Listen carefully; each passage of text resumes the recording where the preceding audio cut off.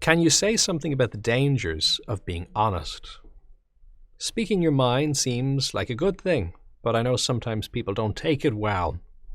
Yeah, so there's a challenge here, isn't there? Because on the surface, the simple answer to this seems to be honesty, as they say, is the best policy. So what could be wrong with a bit of honesty? However, where's the point where the honesty sometimes actually becomes harmful, or even if it's well-intentioned, it just isn't received well, and there can be problems with that. So trying to find that line can be a little bit tricky.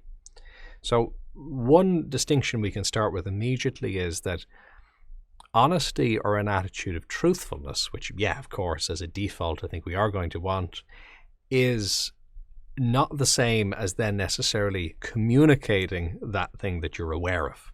So there is a difference there. And just because of the sheer volume of information we're exposed to as human beings, we're going to need to filter anyway. We're always filtering. We're filtering what we put our attention on. If you're looking at this live or watching this video right now, there's plenty of other videos or streams you're not watching right now. That's just how attention works. We've got to disengage from certain things and prioritize and engage in something that hopefully is the more valuable choice for us in that moment. And that may change then in a different moment. There's something else we're going to focus on. So it's nice to recognize that we are already filtering to some degree anyway. So this is nothing to do with lying or with being truthful. It's just a question that we have a limited amount of resources and we place them in a certain area.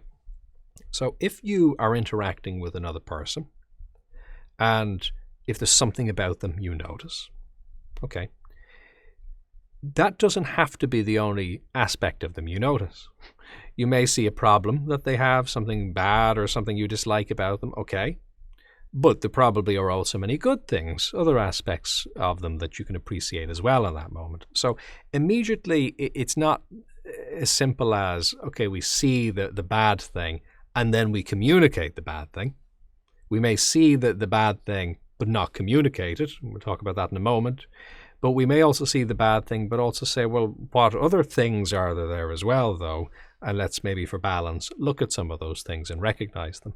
So doing that is not being in any way dishonest. You could say it's dishonest either way. To ignore the good will be dishonest. To ignore the bad would be dishonest. We probably want a bit of a zoomed out view to be able to see everything that's on the table. But then to question in that moment, how pertinent are any of those flaws or difficulties in that moment? And this is where the second step comes in, communication. So recognition is the first thing. Communication or action based on the recognition is the second step. And is that a good idea? So we do want to get our facts straight because jumping to assumptions isn't good. So taking the moment to be a bit present, making sure that we're not too emotionally invested in it being a particular way, stepping back and seeing the wood for the trees and recognizing what's happening is useful. Should we then call it out?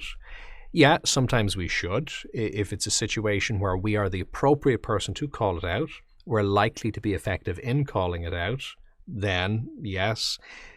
Should we call it out if it hurts the other person's feelings? Well, sometimes we may have to if there's danger involved. If somebody lit a campfire and it started to spread and take down the forest, you're probably going to want to draw their attention to that, even if they feel rather guilty or rather upset for the fact that they have done that.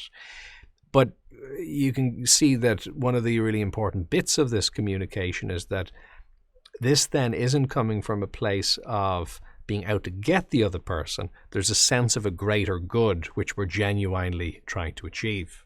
Now, of course, any of these points can get controversial because, one person can think that, mocking another person is for the greater good because that person's just a nasty person and they want the world to know it. And the other person maybe doesn't think what they've done is actually wrong to begin with. So these are the gray areas where it gets complicated. But this doesn't change any of these ideas because we're still going to be statistically in a much better place if we're stepping back, seeing the wood for the trees and actually looking truthfully at what's happening. And then we're questioning, okay, should I communicate? And by me communicating, is this in the best interest of the person, of me, of others, of the world or the environment you're in? And then if so, the follow-on is, okay, then if I have kind of a license to communicate, what's the best way of communicating? Should I say it directly to the person? Maybe I actually need to say it to someone else who can kind of translate it to them, because it's going to come from a better place if that other person hears it. So good relationships are part of this, and sometimes we're going to have such a poor relationship with another person that even if there is something that we really need to change, we're not really going to change if it comes from us just because of the history that's there. Sometimes we just need to own that, and we need to communicate with other people instead, and that's a better way of structuring it. The other thing as part of that relationship idea as well is kind of balancing feedback over time as well. Because, if you're always just shouting out problems the whole time, realistically, the other person's going to get desensitized to you, even if you're right, by the way. Even if this person is just constantly causing problem after problem, they're just going to assume, I suppose, a negativity. And for some people, that leads them to shut down and be less receptive. So there's different strategies. One communication strategy that's sometimes used in leadership training is what's called a compliment sandwich. So it's something along the lines of, hey, Bob, I've noticed you're really, really good at A. Really great to see that. Look, with B, any chance you could do a bit of work on that and improve it? But by the way, with C, you're great at that and really nice to see that. So that kind of a formula. Now, that might be a bit formulaic, but, you can take the principle of that even if you don't literally use it in that direct a way. But the idea there of mixing in compliments is useful. And, you could argue that one as well. And you could say, well, why does somebody need a compliment? Well, is this an egotistical issue? Do they need to be validated? Surely if they're doing something wrong, you call them on that and you say, Bob, you're doing something wrong. Sarah, you've messed up. Is that not fair enough? And sometimes you do have a relationship with them where that will almost be playful, even though the information is valid, and somebody will take that okay. But it's all down to having that relationship and knowing that you do have that relationship if that's how you do communicate. But I think the reason for being able to give those compliments is actually less about stroking the ego, although that is needed. I mean, we have egos to some degree. We have to have a form of communication that takes that into account for the average person during a busy day. We can't just bypass that. But the reason why it's important, I think, is because very often what the compliments are a demonstration of caring. They're a kind of a mark of goodwill, that you are genuinely somebody who wishes well for the other person. And that is a critical part of communication anyway, but it's an especially more critical part of communication if it's critical communication. If you're trying to be honest and draw somebody's attention to something, and if you actually want or expect change to happen.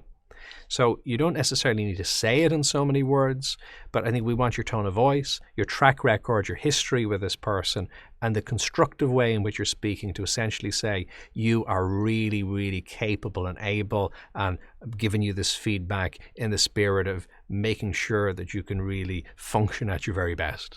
That's the kind of the tone or the mode that we want to come from. Now, it's not always, as I say, going to be possible for you to say that and for it to come across in a meaningful and authentic way. Sometimes you have history with the person, it just doesn't work. It's like, even in interrogations, police interrogations, the old good cop, bad cop strategy. There's a reason why they have two cops doing that. Because if you're the really harsh interrogator and then suddenly you're really nice and you keep switching, that's rather unsettling for the person being interrogated. It doesn't really work as a strategy. It's because we do project. We form a kind of a concept of a person. And again, sometimes that history just gets in the way.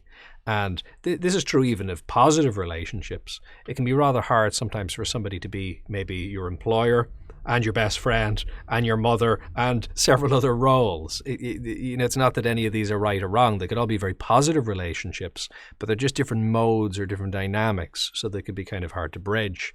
So what to speak of if you're trying to give criticism to a person and there's history there that can be a bit of an issue, you still may need to do it, and still you'll probably do well to have that sense of respect as much as is possible, but sometimes it may be necessary to get other people involved.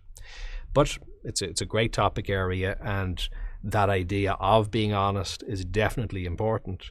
But think of honesty, think of a genuine awareness of what's going on, then think of whether communication is appropriate and helpful, and then maybe think of how that can best be achieved. So if you're being reflective in that way, that's probably going to get you a lot further than not.